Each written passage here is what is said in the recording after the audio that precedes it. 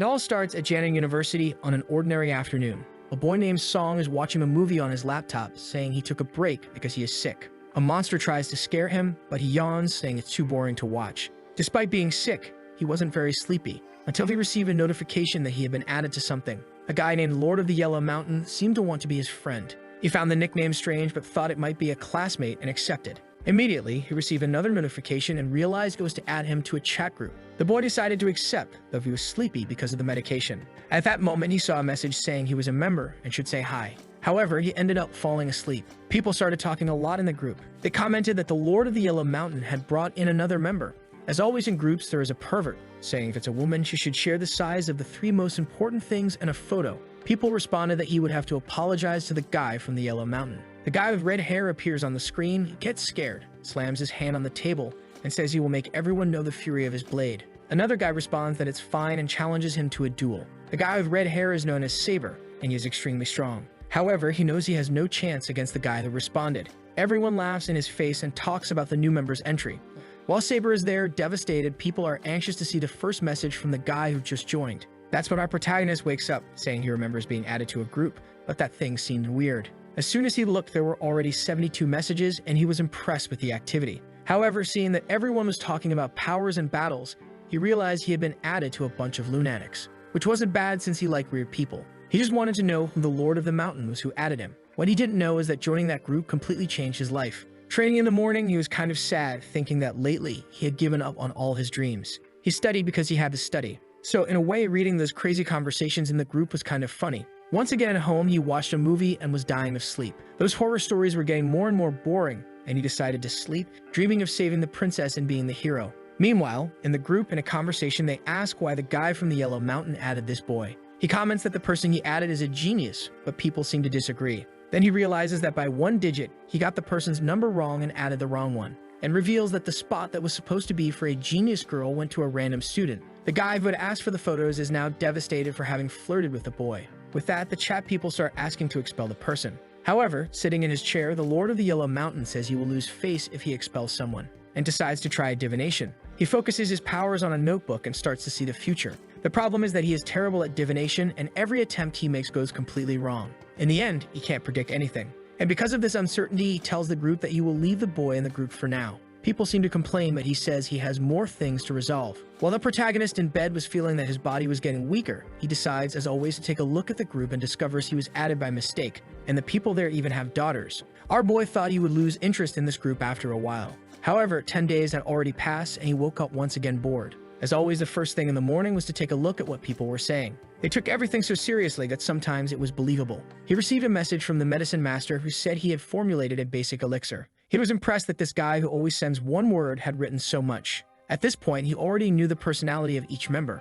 The Northern River Cultivator was always online and was crazy. The Triple Crazy Saber was a troublemaker and was also online all day. The 7th Clan guy wanted to fight everyone and was also online all day. The Medicine Master didn't speak much, but he was another one who never left the group. The Vagrant Monk only sent emojis. And the only one he was sure was a woman was called Soft Feather, who was also addicted to the group. The Medicine Master shares the perfect recipe and the entire preparation process. Our boy seems to find it interesting and decides to research the ingredients. Some are extremely common and easy to find, while others he had never heard of. He starts to wonder if these guys are so delirious that they're talking about things that don't even exist. Afraid that people might try to prepare some idiotic concoction, he wants to send a message telling everyone not to do it. But just as he's about to send it, someone sends a smiley face emoji. The person says they tried the recipe and it worked very well. A so-called master of medicine thanks them, and the protagonist finds it confusing that someone made this so-called body-tempering elixir. He becomes wary and starts jotting down the entire recipe, thinking it must be a slow-acting poison. Maybe no one will die quickly, but surely it will cause harm. Assuming he'll ask his cousin about it, and in the meantime, he just hopes the group members don't die. Meanwhile, in a place called Butterfly Spirit, a girl walks on water, stating she'll use the time the old man is away to escape and capture the ghost she so desperately wants to find. Then we see the protagonist's cousin and his mother discussing how strange this recipe is. They are already considering having him committed. Our boy wakes up. It had been a nightmare. He realizes it's better not to mention this to others, or they'll think he's really crazy. Seeing that it's sunny today, he wonders if he should exercise, maybe, but not before playing a couple of League of Legends matches. The prodigy boy even gets a pentakill. A little while later, it's already noon, and he closes the game. But once again, the group is flooded with notifications. Now it's the guy from the Northern King saying the recipe worked perfectly, while another guy, calmly making tea, comments about the monk who only sends emojis, while the so-called saber is asking the girl Soft Feather to send him a message. People comment that he disappeared, and he explains that another brother went to visit him and he got beaten up. At that, Soft Feather asks what he wants. He says he'd like to pay a visit. She tells him he's an old man, and the poor guy feels devastated. Meanwhile, the protagonist is laughing at their stories without ever saying anything. What's strange is why there are so many crazy people who seem to take it seriously. He starts to wonder if it's real or if maybe he's going crazy like everyone else. Remembering the dreams, he concludes that he can't become one of them. However, just as he's about to chat, the Northern guy and the South Clan guy are talking about something happening in City Etch and someone's advancement. The protagonist knows that City Etch is nearby and wonders if he would see anything from there. Pulling his hair, he says he's going crazy to believe what these guys are saying. He approaches the balcony, confident that no lightning or tribulation will fall since it's a beautiful day. Elsewhere, a guy with a sword on his back tells a girl that the 16th is coming. She calls him 7th and says she's ready. Heading to the bookstore, the protagonist says that every time he reads a new story, time seems to fly. From inside, he observes that the sun is so strong it feels like summer. He hands the book to the clerk, who says, as always, it's 1 yuan per day of delay, until everyone hears thunder out of nowhere. They turn around startled, and the protagonist finds it strange. Above City Edge, a bunch of clouds appeared, and indeed the sun had disappeared. Outside, people commented that it was very sudden, while our boy Song found everything very strange. The girl was on top of the building, while a little boy stretched out his hands, saying he would receive the power of the heavens. But he was in front of the protagonist like an idiot. He kept shouting until the clouds clear and the sun is back. He found it all very confusing and wondered if those thunderclaps were a hallucination, while the boy ran away, saying he was now immortal. He remembers previous messages from the group. The event indeed came from City Etch, so did it make any sense? Staring at his phone, he questioned if it was all real. At the same time, he concluded that he was as deluded as that child who thinks he's immortal. Seeing the child getting scolded for being an idiot, he realizes he's becoming a fool too. He decides he'll leave the group as soon as his cousin confirms that the remedy is fake. The girl from the rooftop was passing by him, but she was beaten up. Gaining power wasn't easy at all. Back home, he sends the recipe to his cousin and asks if he would die eating it. He won't leave the group for now because someone might die from consuming it. Once again, he goes to his PC and sees 99 notifications. He's tempted to leave, but curiosity gets the better of him. One of the guys asks if the member advanced without any problems. The guy called Master of Trigrams says he did a divination, and everything went well. But people trust his divination so little that they say the girl definitely got hurt. They ask if anyone near City H can check to see if she's still alive. The consensus in the group is that whatever the seer says, the opposite is true. Our boy laughs again, saying it looks like these people have known each other for a long time. The Northern King guy asks if anyone is in City Etch, and everyone says no. Song knows he lives nearby, but he doesn't know these people. Besides, it might not be a good idea to get involved with these crazies. Then Soft Feather says she's preparing to go to City J, so she'll pass by. Our protagonist gets excited to see that she'll pass near his city. The group decides to let her check on the girl and mentions being worried about the guy's divination. If he said it's good fortune, it's definitely bad. The diviner bangs the table, furious that everyone is insulting him, and calls for a duel. The tea guy says fine, he accepts the duel. Meanwhile, the protagonist wonders if these guys will actually gather at the Xingxin Palace just to duel. He imagines two guys fighting the dragon and a tiger and thinks he's really going crazy. Where is his mind going? Another day dawns, and he turns on the PC and sees news about the lightning. He seems to ignore it and gets a message from the campus. The message talks about a group of bullies being wiped out. People are curious to know who beat up those bastards, considering everyone wanted to finish them off. The protagonist seems to pay no attention to it while those lightning strikes linger in his mind. He decides to take another look at the group, thinking he needs to leave it. At the same time, everyone is there, and he wonders if these people ever sleep. At a waterfall, a guy sneezes. It's the Northern River cultivator who says people can't stop thinking about him. In the group, the medicine master posts a photo of a plant.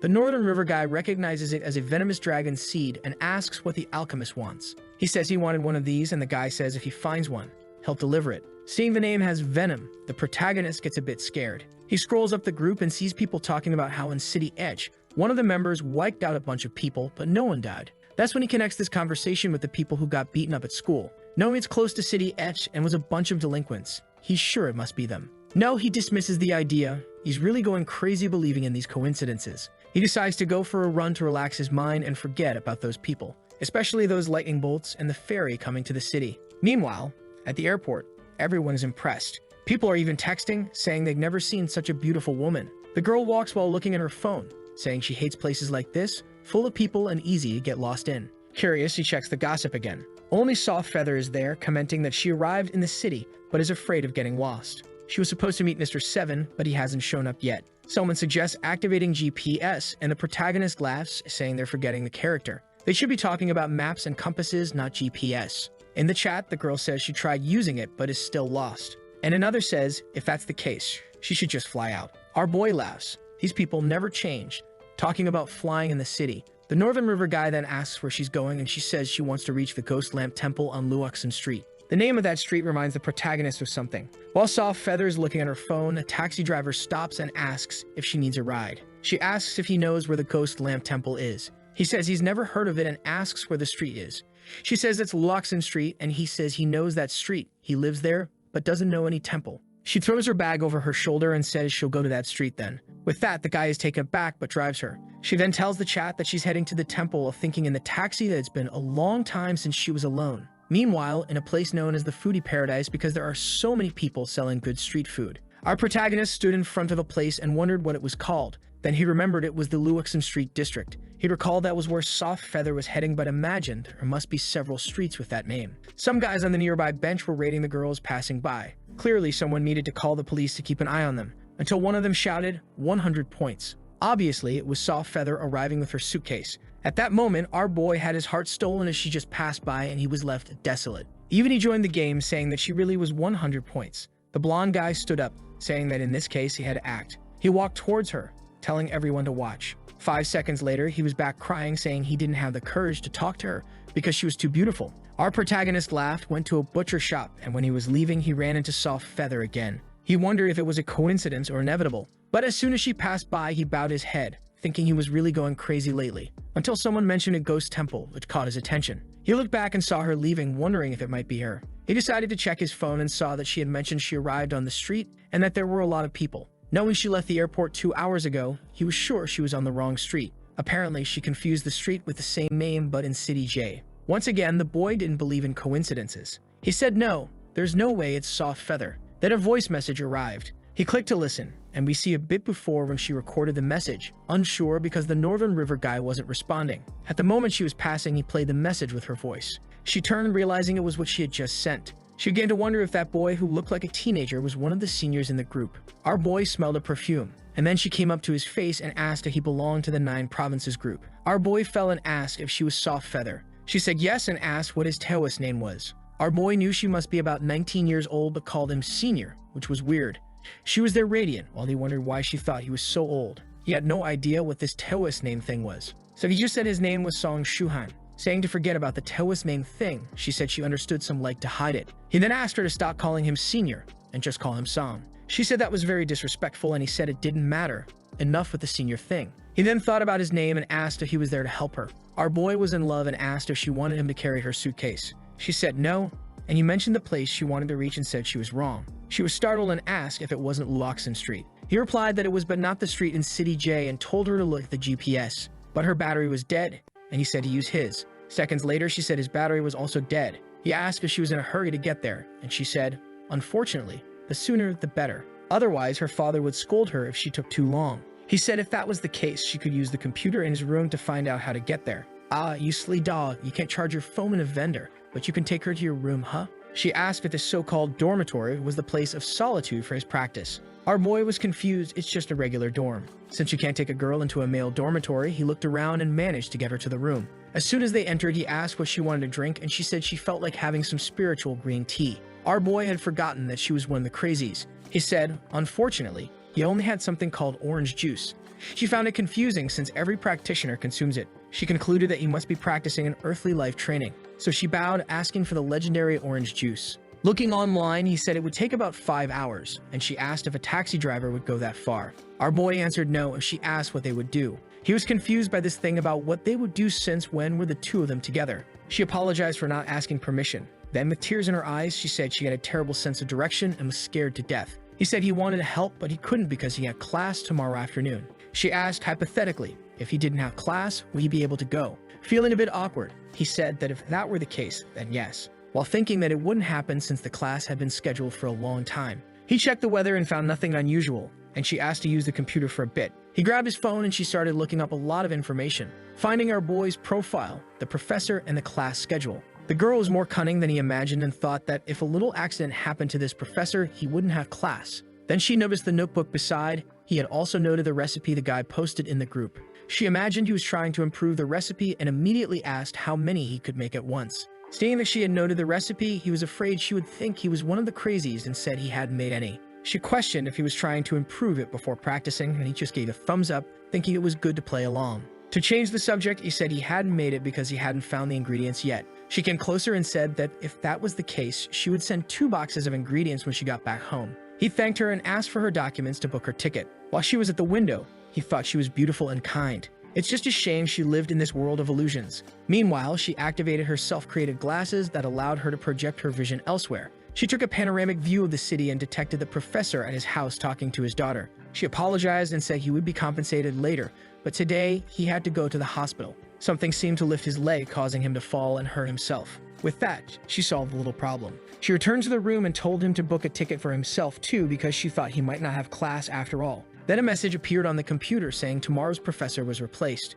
While he complained about the change, she was angry that it still wasn't resolved. But if she already sent one to the hospital, she would send the other one too. The poor guy was walking his dog when he felt a cold front. There she went again with the glasses, saying that when everything was over, she would compensate. She approached the computer and he said her ticket was booked. Then he received a new message from university saying there wouldn't be class tomorrow. Our boy found all this very strange while she looked at him glowing. The next day, he told her they should go and she said she was eager to find the temple. Our boy responded that they should get there first and worry about that later. On the train, he thought she was so beautiful that she could be the female lead in a story. And normally in this scene, a bunch of guys should approach and he would end up dealing with them all. But he was there, dying of sleep as nothing of the sort happened. She was also tired and slept on his shoulder, making him blush. Sometime later, people announced their arrival, and she woke up, drooling. They found the weak point of the crazy one. She asked where they would go now, and he said they would get a place to stay and then look for the temple. At the hotel, he asked the receptionist about the temple, and she said she didn't know about it. But a girl with purple hair passing by heard everything.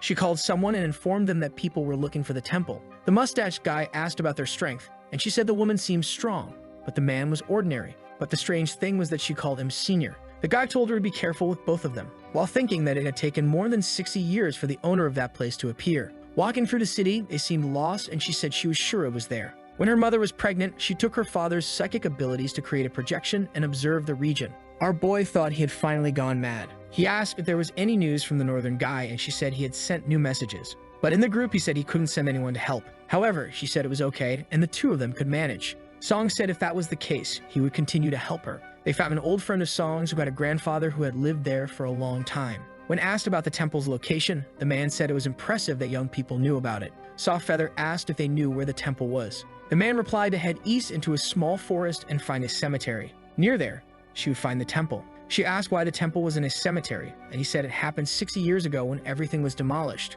She said it didn't make sense since the place was private property. The man responded that she was smart but explained that a foreigner offered a high price. After the purchase, the foreigner left and never returned. The owner, thinking the guy had died, decided to sell it to someone else, and then it was destroyed. Soft Feather asked if all the members of the Huangbap family were dead. The man explained that yes, less than a year after the temple was destroyed, half of the family had died. She said it was obvious that would happen since the temple housed multiple souls. Anyone and everyone associated with the destruction would be cursed. Hearing this, the old man told her to wake up and stop believing in myths. The protagonist laughed at her, and she felt a little embarrassed. At 11 p.m., he called for her and asked why they were going to the temple so late. She said it was easier to find spirits at night and assured him he didn't need to worry because she would protect him. In front of a tombstone, she said that was where the temple used to be. She advised them to get into formation. She opened her suitcase, which emitted a golden light, and started scattering something as she walked. Our boy, dying of sleep, wondered why he was playing Ghost Hunter at such an hour. Meanwhile, in the cemetery, Soft Feather began to dance. He found her wonderful but thought it was a very unique hobby.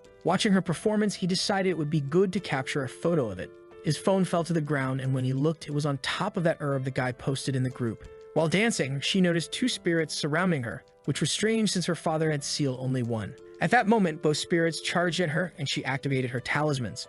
She started attacking with a multitude of talismans, confident she would easily win. But the spirits seemed to resist, and she used an ability from the Butterfly Island. Once they fell to the ground, she knew she just needed to finish the seal. But then one of them leaped toward the protagonist. She called out to Song, telling him to be careful, and also leaped toward him. Our boy was engrossed with the plant the medicine guy posted in the group. Knowing how crazy she was, he wanted to hide it so she wouldn't think of using it and pulled it from the ground. But a golden energy surged and everything around cracked. Yet to him, everything seemed normal, and he asked what happened. Soft Feather was impressed. From her perspective, the two spirits couldn't do anything to the boy. He just executed a plan and pulled the dragon plant at the right moment, which was their weak point. Now she saw him in a new light and said she was eager to learn more from the senior. However, she couldn't let him think she was weak, so she threw 2 seals at the spirits and closed them. Seeing butterflies around her, he wondered if the spirits were real. At that moment, she thanked him, saying that if it weren't for him, it would have escaped. Our boy just laughed, and she offered him one of the spirits, but he said it was of great value and she could keep it. He didn't want to get involved with the spirits, but she insisted that because he had helped so much on this trip, he should keep one. Seeing that she would insist, he accepted, thinking that since it was sealed, it wouldn't be a problem. And with that, they were on their way back. The man watching them thought it was a good thing he didn't intervene. The boy was much stronger than he had imagined, but now he would somehow have to recover the spirits he lost. This man was also being watched by another in a tree. He notified someone else that the spirit sealing was successful, but he was curious to know more about this Song Chung gang and the guy who was hunting them. The next day, it was time for Soft Feather to go home, and our protagonist asked if she would be okay. She said yes, since it was easy to get to the airport, and thanked him. She approached, asking for an address, saying she wanted to send the boxes with the ingredients as thanks. He said it was fine, and just to get her on her way, gave her a paper with his number. Seeing her leave, he thought this craziness was finally over. What he didn't know was that it was about to get worse. She went to the group and told everyone that Senior Song from the Jianggang region was amazing. The Northern River guy was impressed and congratulated her. And a while later, our boy was back to his usual life in class. He had the spirit in a necklace and was feeling a strange coldness. But ever since he started wearing this necklace, it seemed like his memory was perfect and he could remember the entire class. Remembering what she had said about it being powerful, he began to wonder if maybe it wasn't all fake. Could those crazies in the group be telling the truth? At that moment, someone opened the door and called for Student Song. Our boy was all confused and asked what the guy wanted. The bearded man smiled broadly and said there were 2 large deliveries for him. Since it was a VIP delivery, he needed to sign to receive it. He found this confusing until he remembered who it must have come from. He then asked where the items were, and the professional guys said they were at the entrance, just waiting for him to confirm the delivery. Walking down the corridor and seeing security next to the delivery, he was sure it wasn't anything normal. 2 gigantic boxes were surrounded by 4 bodyguards. Embarrassed, the protagonist asked if this was normal, and the guy said it was only because the sender paid extra. Looking at the document, he saw it was indeed sent by Soft Feather, and with that, the guys said goodbye and left. Opening the boxes, he knew they must contain the ingredients for the group's recipe. Inside, he saw various herbs, all extremely well preserved, and he wondered if they really would strengthen bones and muscles as in the stories. Now he was getting curious to know if it worked. He took everything to his room and remembered he would need a furnace. He knew that would be impossible, so he needed to find a substitute. Staring at a frying pan, he was sure it wouldn't work. But looking at everything else he had, it seemed to be the only option. He organized the ingredients and started preparing the recipe. Soft Feather had noted everything necessary, so he just needed to follow each step she mentioned. Some parts were confusing, but he decided not to ask the group to avoid getting more involved with those crazies. The only option was the electric stove, but he hoped it wouldn't cause any problems. Seeing the smoke rise, he thought it was too easy, just like cooking pasta. The recipe mentioned being careful with temperatures, but since everything he was using was electric, it probably wouldn't be a problem. The only strange thing was that it looked like actual broth. He added another herb, saying all he wanted was proof that these powers existed. But it only looked like a normal soup, and he realized nothing had changed. Strangely though, the necklace started reacting, and he realized some of the reactions described in the recipe were happening. He knew he had to increase the temperature for the dewgrass to take effect. It then fell into the water and began to dissolve. Following the recipe and using modern tools, he thought of various ways to prepare it.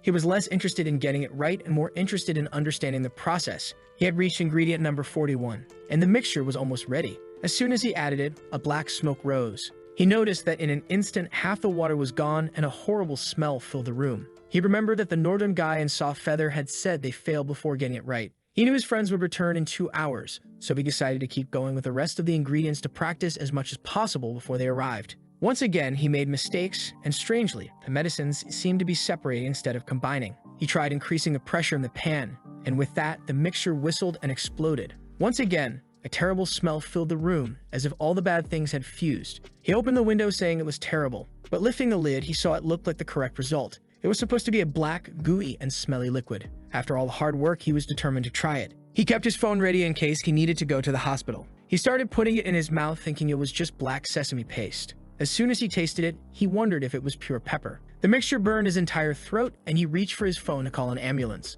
But at that moment, he felt another sensation. When the paste reached his stomach, he realized he was receiving energy. It was as if it were filling his body and strengthening him. At the same time, it felt like all impurities were being removed. Some girls were chatting by the window. When the shameless Song was walking by, taking off his shirt, The girls by the window were smitten, saying he had a 10 out of 10 body. Meanwhile, he wondered what the sticky stuff on him was. He realized that maybe the impurities were coming out with his sweat. Looking at his body, he was shocked to see that he now had a chiseled abdomen. The neck pain from gaming had also disappeared, and now his vision was incredible. Observing a trash can far away, he could clearly see a fly on it.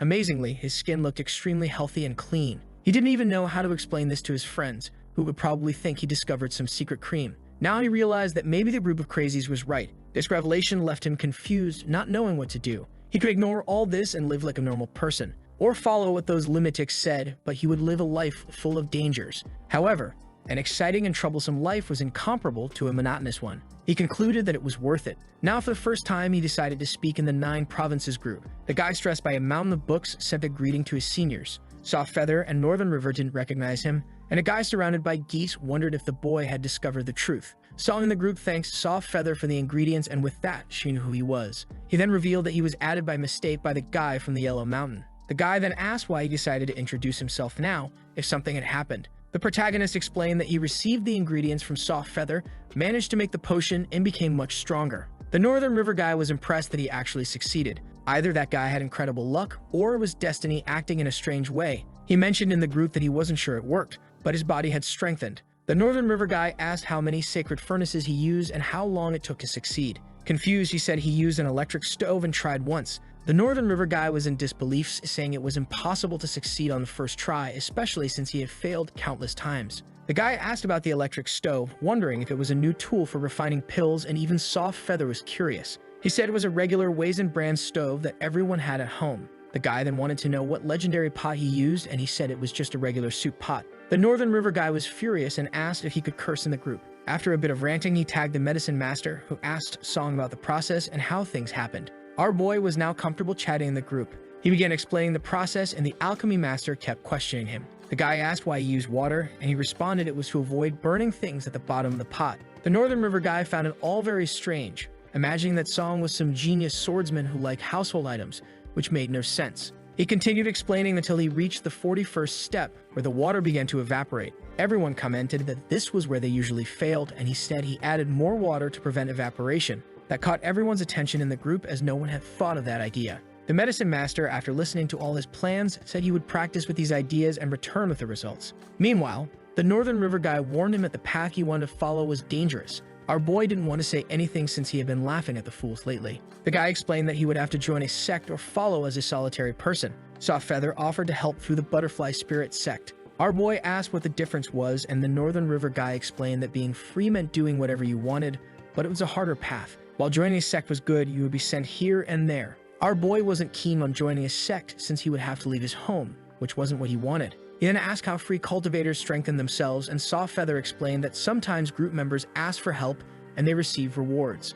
Our boy got excited, saying this was the perfect path for him. He then announced in the chat that he would be a free cultivator, and the Northern River guy said he would help him. Our boy was excited, knowing that the guy would deliver a bunch of basic stuff, which was what he needed. But Soft Feather jumped in, saying that passing on those basic techniques would be perfect because she wanted to return to that city, especially because she wanted to take a few days to have fun. The alchemy guy chimed in, saying he wanted to see him prepare the recipe live in exchange for some resources as well. The Northern River guy was envious since he had struggled to get everything that the protagonist was about to receive. He showed interest, and our boy thought that the master would probably need the plant too. But then the guy said he would be there first thing in the morning. Our boy felt a bit awkward since he had school, but this time he decided to skip class. Staring at the screen happily, he thought he would receive many challenges, but in the end, he was receiving a lot of help. Our protagonist asked if he could share the successful recipe liquid with his family members. The Northern River guy replied that he could, while feeling touched by the boy who experienced such power and still wanted to share it. The guy explained some rules for sharing and then asked if he had felt any side effects.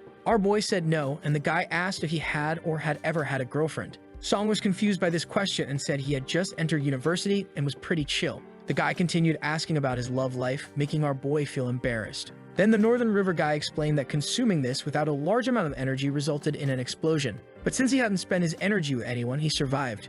Our boy felt crushed, realizing he had been called a virgin in the group chat. The Immortal Trigram Master asked the Northern River guy why he recommended the free path for the boy. The guy explained that it was due to his age. No sect would accept Song, who started practicing after 18. But now that he was a free cultivator, he could help the boy get stronger himself. In his room, Song received a call from a friend named Tubo. talking about a friend who made a lot of money and inviting him to a party. He decided to go out to eat. Walking down the street, he believed he was near the right place. Passing by an alley, he was grateful those delinquents had disappeared. But then something caught his attention. Of course, there was a bunch of delinquents surrounding a girl. The rainbow-haired quartet needed to be arrested urgently. This was clearly an age gap problem going on. Immediately, Song jumped in, saying he wouldn't just stand by. The guy was about to say something to the girl when Song grabbed him by the hair and lifted him from behind. He found it strange that he was so strong, it felt like lifting a straw doll. The other thugs grabbed bats and came towards him. But now, confident, Song threw one friend at the other. With that, two were already unconscious on the ground, and the guys were scared. He told everyone to disappear, and they grabbed their friends and ran off. He then extended a hand to the girl and asked if she was okay. She ignored him and told him not to meddle. He wondered why she was so crazy, but decided to leave it be since he didn't want to be late for what his friend called him for. In class, he was wondering when the medicine master would arrive. His friend woke up, saying he heard a loud noise. It seemed like something was coming. The wall broke. A guy with pink hairpins appeared in the middle of the smoke, and a friend asked what the hell that was. With huge dark circles, the guy called out for Song and introduced himself as the medicine master.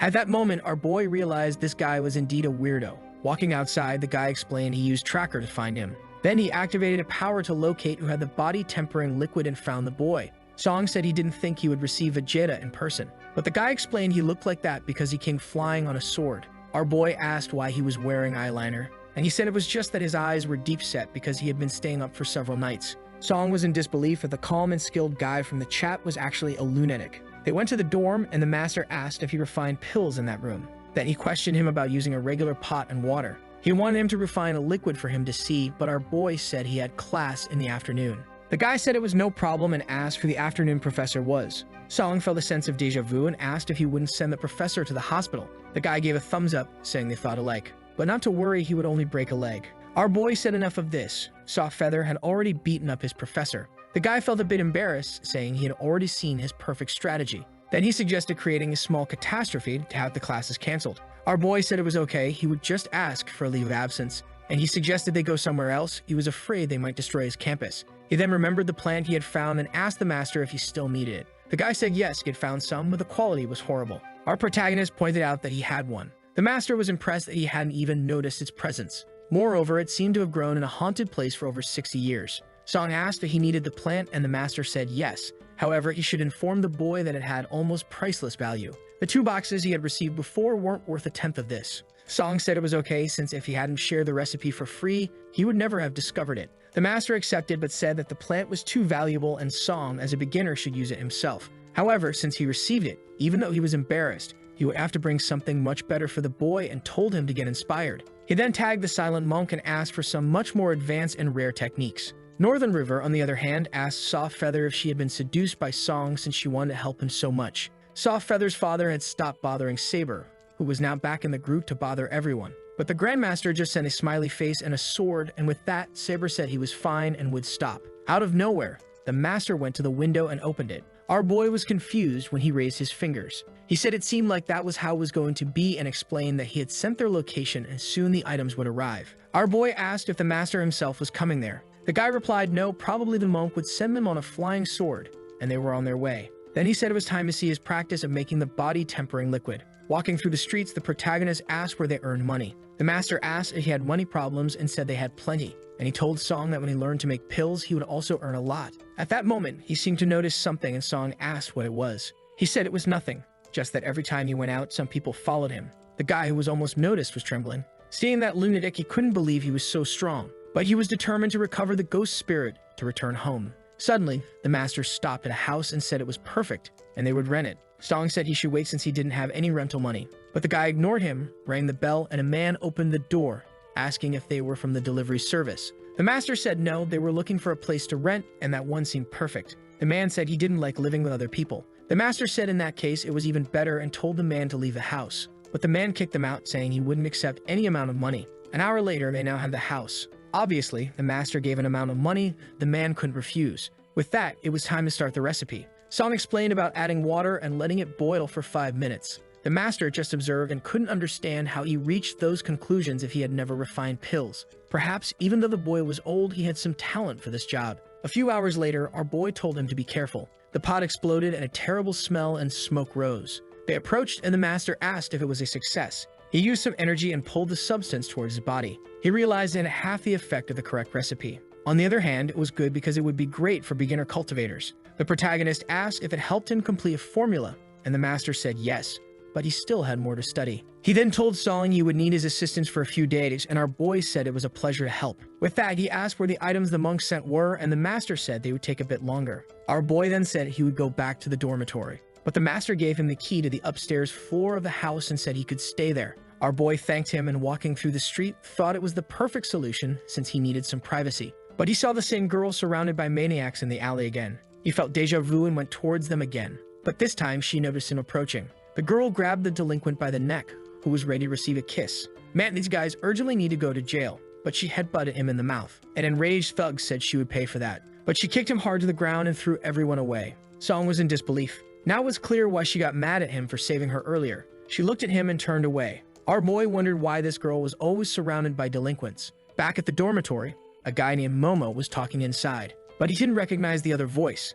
There were a guy named Yu. He acted and dressed like a woman but didn't like men. He was talking about having gone out with a girl named Xiao Mai. The guy with glasses said it was incredible, and he started rolling on the floor saying he felt very shy and happy. The only problem was that he was afraid he would have to kiss her tomorrow and felt very insecure. The guy with glasses said he had no experience in that, but the blonde guy said he was the only one who could help. They should practice a slurpy kiss so he could gain experience for tomorrow. The guy was shocked and asked if he had heard wrong, but Yu threw himself, saying it was time for practice. Obviously, the friend pushed him away, and he started crying. Song was outside listening to all this craziness. He wondered if Momo would lose his purity. He didn't know if he should stay outside or go in to help his friend. The problem was that if he went in, he might interrupt things. At that moment, Yu opened the door, all excited. He faced Song, who said it seemed like they had a very good relationship. Zhuge introduced himself and said he was a childhood friend of Momo. Our boy, feeling awkward, said he was the roommate. Hearing the name, Zhuge asked if he had met anyone strange recently, because yesterday someone was asking everyone for information about him. Song realized that it might be someone following the medicine master and now investigating him. But the blonde guy said maybe he had annoyed the wrong people. Entering the room, Song saw his friend desolate on the floor, saying he was tainted. Song said it was okay and asked if Zhuge was a girl or a boy. His friend didn't want to answer about it, so Song told him to just lie down then. Meanwhile, he was waiting for the delivery of the flying sword by the window. Momo said they were going out today and invited him to a party. He needed to forget everything that had happened. With that, he said goodbye and said he was waiting for him. A minute later, the master appeared, saying the delivery was about to arrive. He went to the window and told him to watch. From the sky, the sword literally came flying. But seeing the sword, Song asked where the manuals were. The master opened a compartment at the bottom and said they were there. Song found it strange and said it was too small to have enough information, but it was actually a USB drive. Our boy was dismayed that this cultivator was so modern. Song asked how they would send it back, and the master said not to worry about it. He plugged in the USB drive and told him to take a look. On the computer were 2 folders with cultivation techniques. The files were simply named from 1 to 18, which he found too normal. He opened them and saw pictures of the monk practicing, one after another, and said it was all very simple. The master said the most important thing was the sequence. The name itself didn't matter. And our boy imagined himself in combat using technique PNG number 03. The master told him to forget about the names and that he would explain the important parts. First, he needed to establish a foundation, then move to internal practice where he would meditate and overflow his energy. With that, he would finally start entering the cultivation ranks and ascend to the first mortal stage. Observing the techniques, suddenly Song found himself on a lawn with Buddha practicing in front of him. He didn't know if it was something from the master or the person who sent the technique, but he had to take advantage of it. Suddenly, he was back in the room and told the master he had seen someone practicing and asked what it was. The master explained it was a simple illusion that low-level people fell into. When he concentrated cleanly, he could enter that state of hypnosis. Song said it was like having a great master practicing in front of him. After looking multiple times, he had memorized everything but was exhausted. He told the master, who said it was time to practice. With that, they went to the yard, and he began using some techniques. The master gave him tips, and he corrected his movements, but he explained he didn't feel any difference or extra energy. The guy explained he should relax, control the blows, and put force into each attack. Song concentrated once more, delivering a knee strike and a punch that emitted energy. The master congratulated him for successfully using a bit of spiritual Kai. He told him to start the second movement, and they continued practicing. The master thought Song's energy would run out soon since he had only consumed 1 body-tempering liquid and shouldn't have much energy left. But Song was motivated, saying he would complete all 18 movements. He had it in his mind that if he couldn't, he should give up, and he was already on the 5th. However, in the middle of it, he felt his energy depleting. He attempted the 6th movement and collapsed to the ground. The medicine master noticed he was out of energy and wondered if he should help him. Seeing Song's determination, he told him to open his mouth. With that, he gave him more refining liquid, and Song felt the power return to his body. Even though he was tired, he found the motivation to continue practicing until the end. Finally, he had completed all 18 movements and felt powerful despite being exhausted. The master immediately told him to sit and practice another technique before his blood cooled.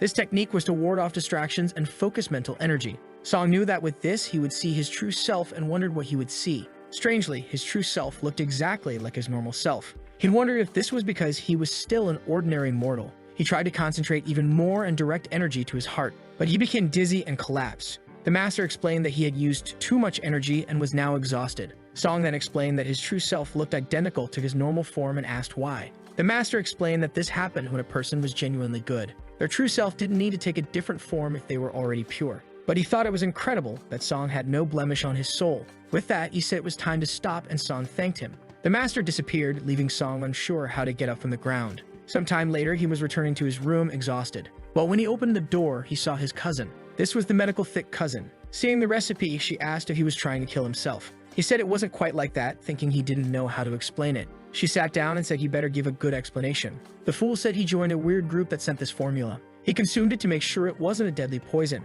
She said he seemed to be telling the truth, but advised him to tell no one else to consume it. He invited her to dinner with his friends, but she said she wasn't really interested. With that, she left and he said goodbye. At 6 p.m., he was going to meet his friends. The first friend who arrived asked what happened to Momo. The guy seemed like he wanted to end his life. He saw poor Momo crying, and the friend mentioned that there would soon be a sports event. It seemed to be a 5 kilometers race that would exhaust everyone. Luckily, the only one selected from their group was someone named Song Suan. Our boy asked why he was chosen to run 5 kilometers. The friend said it didn't matter. Now that he was chosen, it had to be him. But he thought that since he had started cultivating, it wouldn't be a problem. He raised a can, saying he would win for them. A while later, everyone was passed out from drinking, but alcohol no longer affected him. He decided to return to his room and check the group. People were talking about a white monarch who was about to reappear after 150 years. Song found it strange, especially since even the Northern River guy seemed scared. The crazy saber guy even said he was going to isolated cultivation and didn't want to be contacted. But everyone knew he was scared of the white monarch. He realized it wasn't a good idea to mess with this guy and decided to go to sleep. Meanwhile, in the city, someone was jumping across rooftops. They entered Song's room where he was sleeping on the bunk bed. The intruder exclaimed that Song was the right guy. Seeing the necklace on his neck, they thought it would be easier than expected. They tried to strike, but an aura emanated. The blow was aimed at the seal. The weapon ricocheted. At that moment, the intruder became dizzy as if they had been poisoned. They started coughing up blood and realized they would have to return to their master. Meanwhile, the master in the hotel was waiting for his lackey to return with the item he had requested. The lackey knocked on the door and was told to enter. As soon as he opened it, he collapsed on the floor, exhausted. The master asked what had happened, and with purple eyes, the lackey said he had been poisoned. The master, alarmed by the level of poison, pulled out an antidote pill, thinking that Song Shuang was more dangerous than he had imagined. The problem was that even his antidote hadn't worked. He was afraid that Song would use the poison's direction to find them, so he jumped out of the hotel. Meanwhile, our boy was waking up peacefully at 5 a.m. He smelled a strange scent of blood and wondered if a thief had appeared since the door was open. He saw a blade on the ground and realized it looked like a sword. If that was the case, it wasn't the work of an ordinary thief, as they wouldn't know how to use such a weapon. He then wondered if someone might be after his life. Trying to trace the possibilities, he knew that if it was because of the medicine master, they would have gone after the master and not him. He remembered everything that happened with Saw Feather and the item he received and wondered if the person she mentioned back then was behind this. Walking through the dormitories, a huge came running, calling for him. They asked if he had found the guy who was hunting him. Our boy said no. Jews then passed all the information he had gathered from the students about the guy who had been asking around. He was 1.83 meters tall, with an accent from a nearby city, and provided all the basic characteristics. Our boy realized this was near the temple. He was heading to the medicine master's house when he saw a girl coming out. She grabbed an alchemy pot from the back of a car and kicked it, making it grow. He found it odd and was sure this girl wasn't normal. The girl called his name and told him to come help because she was a lady. Carrying the furnace, he asked how she knew about him. She said she had a close relationship with the medicine master, so it was normal for her to know. He asked if she was his wife or something, and she said no. For now, she was just a disciple. However, since the medicine master was in town, she had to come here to bring the stove to help him. At that moment, the master appeared with a lot of smoke, saying he had been waiting for them. He asked Song if he had been attacked last night and now understood why he hadn't died. Song said yes, and that the person left this blade in his room. Smelling the blood, the master said the attacker had already killed multiple people and asked how Song felt. Song, ever the psychotic, said he felt excited. The girl and the master commented on how peculiar he was. The master then explained that he had placed a barrier on the boy that poisoned anyone who attacked him, which was why he survived. The master apologized for involving Song in this. Song said it was okay since it was thanks to the master that he survived. Then he showed the ghost spirit, saying he thought people were after it. The medicine master said it was a possibility. The girl next to him said she would exterminate everyone if Song gave it to her. The master knocked her on the head, saying she would hinder the boy's cultivation. Song then asked if there were techniques to detect people who were following him. The master said it was very easy and started looking through some files of a certain scholar named Shangdong. Our boy asked who that was, and the master explained he was known as a nuclear bomb because someone had thrown one at him and he survived. The master then said he found files on how to detect those following using mental energy. Song then had an idea. If the person was affected by poison, they would have to buy the antidote from herb shops. The medicine master said it was possible and listed the 4 ingredients needed to make the antidote. He handed them to Song and thanked him. Meanwhile, on Butterfly Spirit Island, Soft Feather was reading the cultivator's newspaper. She saw something about a floating island that caught her attention. She saw that the place was in Donghai and thought about going there for fun. But then a guy appeared and asked where Soft Feather thought she was going. She said she saw a cute place and wanted to visit and asked her father to go with her. He said yes, but she would first have to familiarize herself with the contract formations. Excited, she ran off, saying she would do that now. The father found it strange and wondered if she had any friends to like this video to help Mamoru make more juicy. And you remember that the last chapter ended when the gentle Feather told her father that she wanted to find a friend. He said she would have to familiarize herself with certain techniques, and she eagerly said she would do that right away. Meanwhile, our boy at 9 in the morning was bringing breakfast to his friends. He asked about Mumu, and they said the boy was very sad and disappointed. The friends then came up with a plan saying that the next time they needed money, they should just threaten to tell everyone what had happened. With that, Mumu hit the wall, asking if they were trying to get themselves killed. Sometime later, the protagonist asked one of his friends to help him find some items on the internet. The guy said yes, and with that, he thanked him. At 10:30 in the morning, he was already taking the new materials to the Master of Medicine. Since the guy had been helping him a lot, Song wanted to repay him, especially because he was trying to improve the body strengthening formula. As soon as the bad smell rises, he knows it's a success. The master tells him not to cover his nose because this is the smell of achievement. However, he activates a power in his hand that gathers all the smoke. Song is confused, and the master throws the item to him, saying that it contains all the accumulated stench. If he finds himself in a dangerous situation, this item can help distract people. At 4 in the afternoon, our boy was practicing for a while. He focused and delivered a punch that broke the wall. Even he was confused by this. The only current problem is that, despite being strong, he has little accumulated energy. The girl with purple hair was nearby and said that if he strengthens the human body, he also strengthens the energy he accumulates. Her name was Purple Mist, and she explained that even weightlifting would help him. However, of course, in their world, training would have to be much more intense than usual.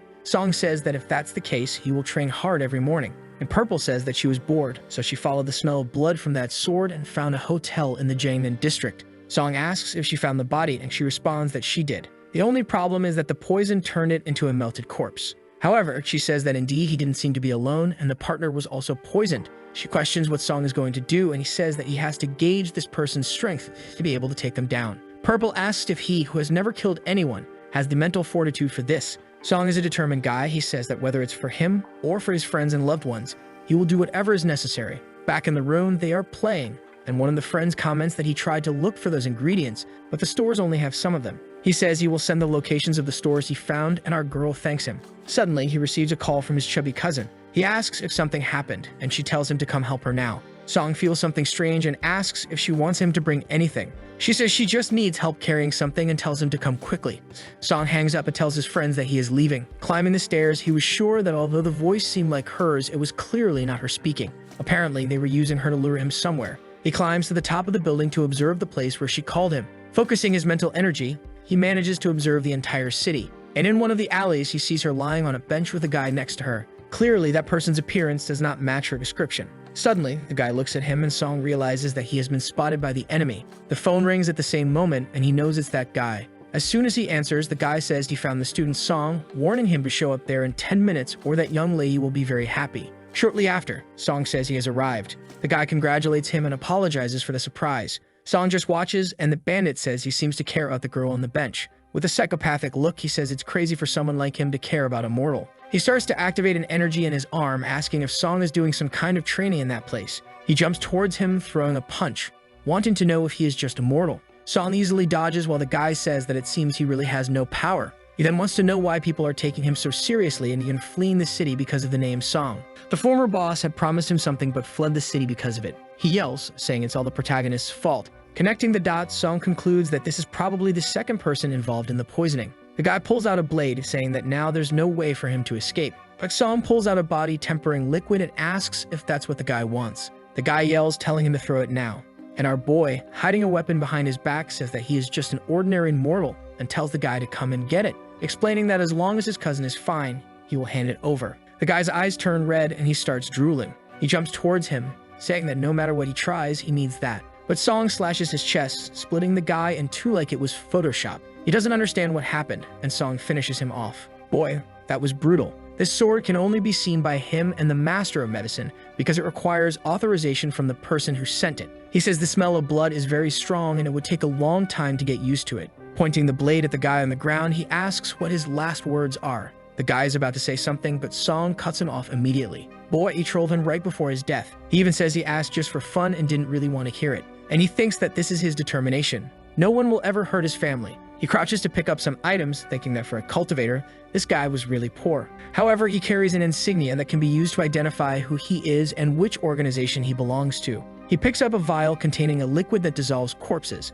which was probably what they used to cover up their crimes. He thanks and pours it on the guy's body, noting that it dissolves very well. At that moment, his cousin starts to wake up and jumps on his back, asking to be put down. A while later, he sets her on the bench and asks if she's okay. She says she has a sore neck and wants to know how she ended up there. Song finds it strange and says that she was the one who called him. His cousin thinks back, remembering that she went out drinking with friends, but it wasn't that much. However, she realizes that Song isn't lying. She lowers her head and says she'll be fine after a night's sleep. Song says that if that's the case, he will take her home. Not before she mentions that she feels like our boy has grown up a lot. He thinks that maybe it has to do with having taken a life, but he says it's nothing and it must just be her impression. From the top of a building, Purple informs the master of medicine that he is returning safely. However, she warns the master that she will never leave his side, so he better give up. As she descends the building, she says that she always gets what she wants. She thinks that Song did a good job, but a tracker could find the evidence. With that, she uses a spell to hide everything that happened. Our boy returns home and decides to take a photo of the medallion to ask the group about it.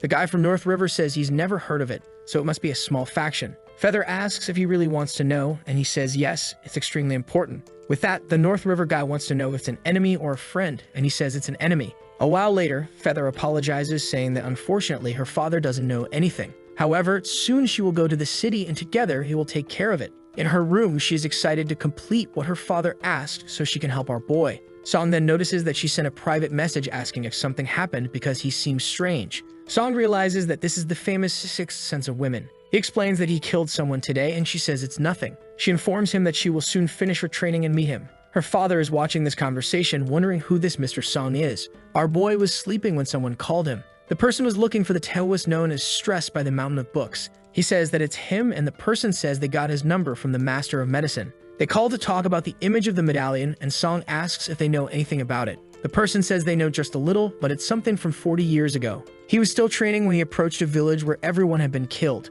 It was a sort of blood ritual, and near one of the bodies he found this talisman. On that day, he swore he would eliminate everyone who had done that. Unfortunately, he only managed to eliminate a few and the people disappeared. He asks Song if he has any more clues, and Song says yes. He might even be able to find the location of the organization. The guy says he is currently on a mission, but will send some talismans to help the boy. He remembers those that only the Feather used. The guy says that this name, Stressed by a Mountain of Books, needs to be changed as it doesn't suit him. He ponders this and wakes up the next morning, seeing the blade beside him, knowing that the death was not a dream. And today he will surpass the master as well. Boy, this guy is very aggressive. Someone knocks on the door and it's a man saying he brought another package. While the man thinks it's strange that he received 2 large packages at different houses, Song asks if it's urgent. The man says yes, he brought it himself. Song signs, saying that soon he will also need the man to deliver something. The delivery man asks if it will be urgent, and he says no, it's something normal. With that, he says goodbye, saying to call when needed. With the box in hand, Song is curious to see if it's the talismans. Upon opening it, there's an exorbitant amount in a paper with instructions. It mentions armor talismans that provide defense, blade talismans that strengthen the sword, and purification talismans that will be good against an evil cultivator who controls ghosts. Song is confident, and only one thing remains. Just then, his friends enter the room calling for him. In the next scene, he's already on the racetrack, not remembering this, but he squats down thinking that when he was drunk, he swore he would come in first, so he would fulfill this. However, a guy in a blue shirt beside him was just staring, saying that the distance between them would be greater than a whole street. Song said that was impossible and told the guy to relax. With that, the announcer told everyone to get in position. As soon as the whistle blew, the guy ran, saying he would leave the kid behind. But when he looked back, Song was coming calmly. He told our boy to run slower, saying he would run out of breath, but Song didn't care. The guy was sure the boy was trying to show off. But 10 laps later, he was drenched in sweat, and Song was calm, saying he thought he could run much more, but the guy seemed a bit tired. Above Song was a sort of scary spirit, and the guy, looking back, ran away scared to death. Song's friends were even shocked that the boy was running so much. His vision was getting blurry as he neared the end. However, he was happy that at least he would be the true champion, until our boy approached. He easily passed him and crossed the finish line. His friends all celebrated, saying that Song was incredible. Meanwhile, the other guy couldn't believe he lost to that kid. Lying on the ground, he received a thumbs up, and our boy said he was a very good rival and just needed to work hard. These words were worse than insults to the poor guy lying on the ground. Then a friend approached, talking about the shopping research he had asked for. He mentioned a store that recently sold large quantities of the 4 items. Song was confident that he had finally found a lead. Back in the dormitory, Song was confident. He had the invisible blade, the alchemy master's resources, and now the talismans. In the worst-case scenario, he could offer the ghost spirit as a reward and ask for help from someone in the group. On the subway, the place was crowded. Everyone was complaining about the heat, and Song kept the spirit and the necklace turned off for now. Suddenly, a monk entered the car. People commented that he was a foreigner, but Song quickly realized that this monk was extremely powerful. He decided to stay alert and hide his aura for now. The monk looked around and started preaching to the people in the car. The guy was like a Jehovah's Witness, quoting many stories about the Buddhas. About 6 minutes later, Song felt something. The car started to shake, and he saw a mother holding a child. The train had collided with the wall, and everyone was being thrown around. The mother dropped the child, and glass was heading towards her. Song stepped in front and managed to save the girl. He asked if she was okay, and she said yes. When he said he would help find her mother, he realized everyone was trapped in the debris, crying for help. Song found it all very strange since the car hadn't shaken that much. Then the monk shouted from the back. He passed by with an aura, and people asked if he was trying to exorcise ghosts. Song thought deeply and realized there was a strange energy in that place. Something entered the monk's ear. He shouted that the evil spirits would be broken. At the same moment, the car was restored, and everyone seemed fine. People were talking among themselves about where all the blood had gone. At that moment, a blue-faced smoke was flying on the ceiling. The monk seemed worried while Song handed the girl to her mother. While thinking he was about to reach his destination, he considered that this creature might be related to what he wanted to discover.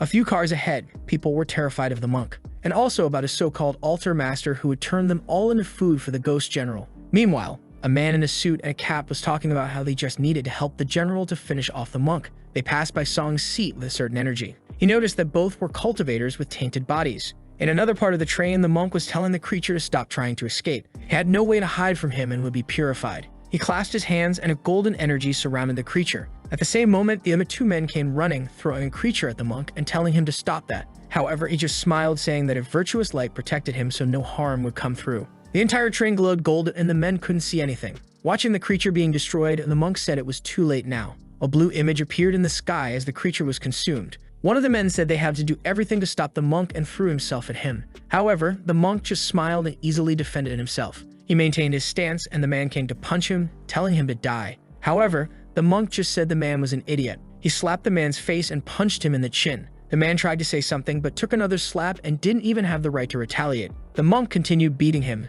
saying that those connected to evil spirits had no rights. While the 2 men were battered on the ground, the monk smiled. He said that if he could purify that spirit, he would become even stronger. Song stood there, wondering if something was happening in the next car. Just then, an explosion occurred. The ghost general spirit seemed to be sealed. As it writhed in agony, the monk commanded it to return to the right path. Talismans flew toward the creature, while the men behind begged him to stop. However, the monk smiled, saying it would be purified. Suddenly, someone appeared behind the monk. In the next moment, a purple mark was left on his back. The monk spat blood, having no idea what happened. His body lost control and he fell to the ground. The monk knew that this was someone powerful enough to be in the second stage. The question was why this person took so long to attack. The man with the mustache called the others trash, saying they almost made him lose a general. They grabbed his feet, begging for forgiveness, saying that monk was too strong. The man said they had completely failed. However, they still had some use, and they cried with joy. Of course, it wasn't the best kind. He stretched out his hand, and the 2 fell to the ground. With that, he told the general to absorb it, as it was the lives of the men. Immediately, the creature became even more powerful. This was the guy who had ordered Song to be killed, and now he was confident that his luck had changed again. He approached the monk's body with the plan of having the general eat it too. But as soon as he touched the body, the monk started to swell. The guy asked if that would be his final triumph, and at the same moment, he struck him with a claw attack. The monk was thinking that all he needed to do was escape. He knew he had no chance against that guy, so he began to try to retreat. That's when one of the train doors was destroyed. People recognized him as the monk from before. He was holding himself up while inflating, looked back, and told everyone who didn't want to die to flee. The people thought he was crazy and started to record everything, while Song thought it was too late now. The guy with the ghost general approached, saying that he wouldn't escape. The monk hesitated and souls started to walk around the train car. Everyone there was being stunned. The monk pulled out an item, saying that if that was the case, he was in a dead end. In advance, saying that even if he died today, he would show the true reason. He approached the guy and went to strike him. However, he changed direction and hit the floor, sending a golden light towards the guy, who said that he really was in a wonderful state. But then he punched him with the ghost general.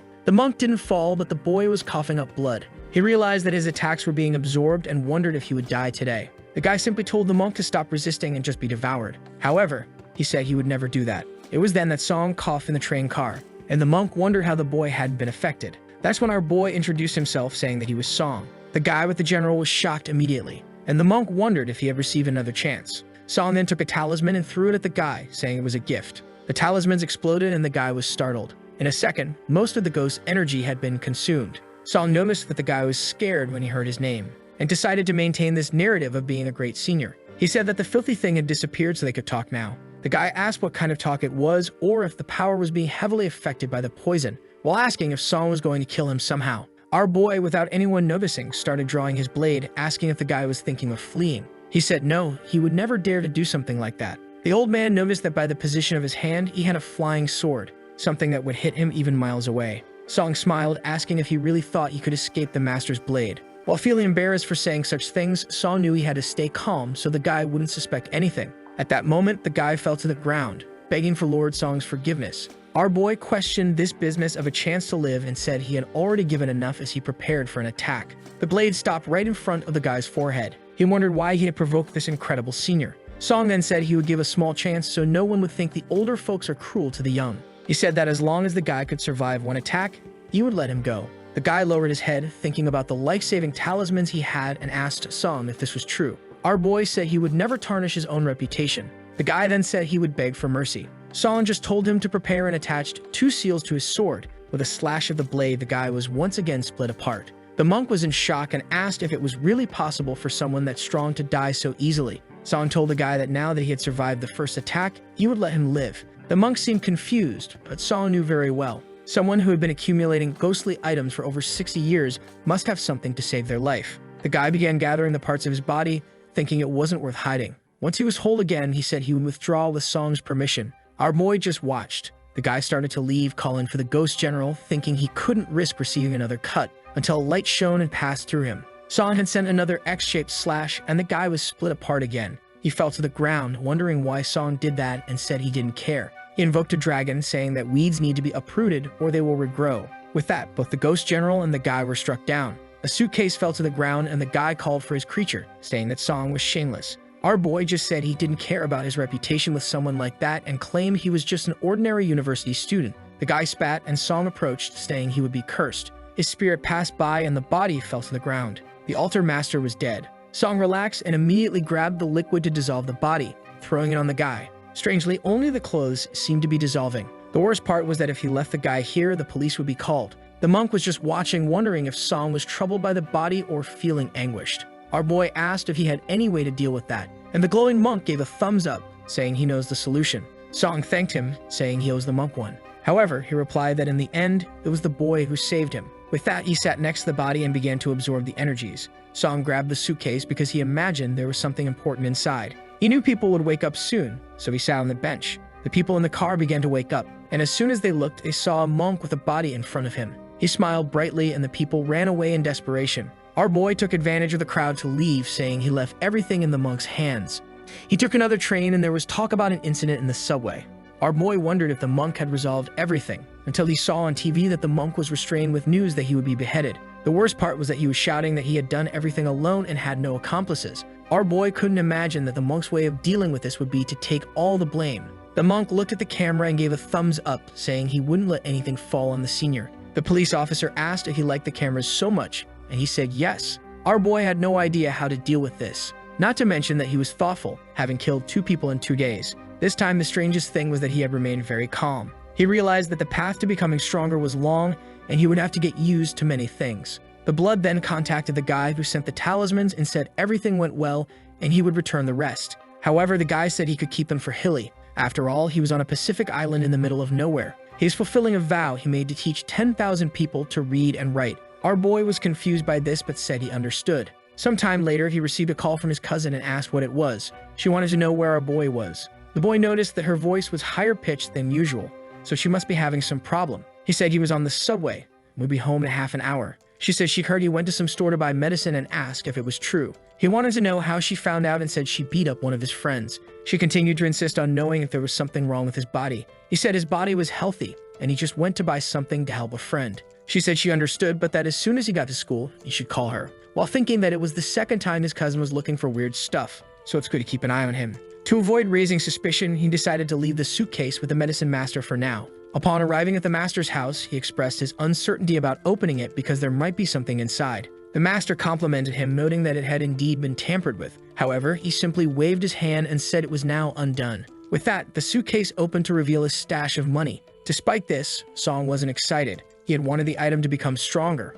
At least now he could buy food. The master then warned him not to let the money deceive his vision, as the true treasure lay elsewhere. He opened a compartment containing 9 vials. Song asked if it was safe, and the master assured him he had already cleared the traps. Upon smelling it, Song recognized it as the full version of the body-tempering liquid, with much more intense effects than the simplified version he had been using. Song asked if it was enough to complete his power foundation, and the master assured him there was more than that. Our boy asked what the pearls were, and the master explained they were of ki and blood. Song noted there were many, and the master said as long as he didn't spend excessively, they would last a long time. Song mentioned the altar master making contracts with ghosts, but he considered himself lucky. The guy suggested Song stay for them to test some formulas, but Song insisted he had to return to his cousin. In the next scene, he's already being dragged through the street.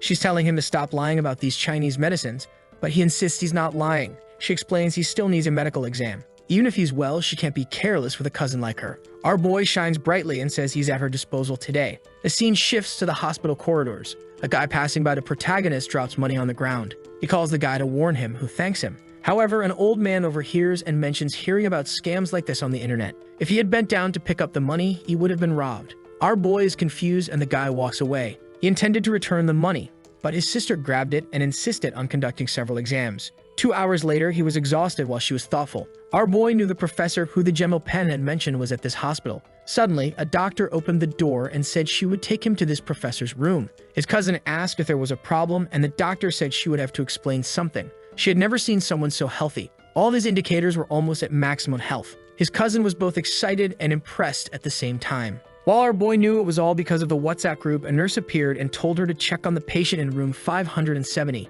His cousin asked what was wrong, and she said it was a strange situation. The girl seemed fine on the outside, but internally, her organs seemed affected by a burn. Song was intrigued, and after a while, the nurse left. He said he was going to visit the professor and asked if she wanted to come along, but his cousin declined. As he walked through the corridors, that same bald man from before was walking around, saying he wanted to find that damn number 7 from the Sioux clan. He couldn't notice her presence, but he knew she was in one of the rooms. Meanwhile, Song entered the professor's room and said he had come for a visit. The professor didn't really know who he was, but our boy introduced himself and handed over some fruits. The professor thanked him when suddenly someone opened the door. It was the bald man from before, who looked at him strangely. He said it was nothing serious and left, but then opened the door completely, saying the scammer was there. Our boy wanted to explain himself, but the man left. As he descended the stairs, he couldn't understand why that crazy old man was calling him a scammer. It was right at that moment he saw that little girl from earlier. Embarrassed, he said it was a coincidence and asked if she was okay.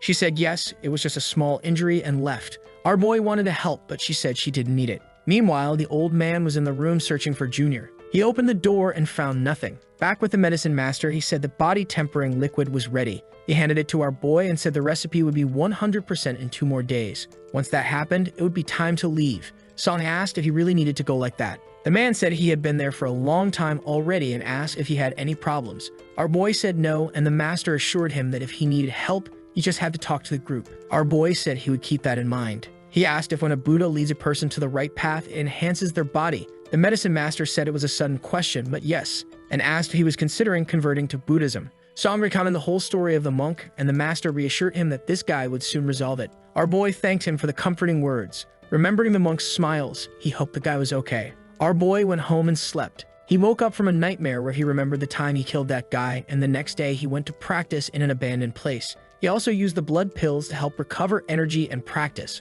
Sometime later, Purple appeared saying she had a gift from the medicine master. She explained that he had to leave for a few days but received this while he rested. She tossed something into his hand and asked what it was. Upon opening it, he realized it was a fan. She explained it was a magical treasure that controlled flames. He could continue practicing with it, but at the end of the period, he should return it to the master. He was somewhat confused about how to use it, so she handed him an instruction manual. Our boy was puzzled about what kind of legendary treasure came with a manual. Purple told him not to worry about the details and to focus on liking the video that helps Mamoru make more juicy content for his viewers. Activate the cheeky little bell, and I'm out.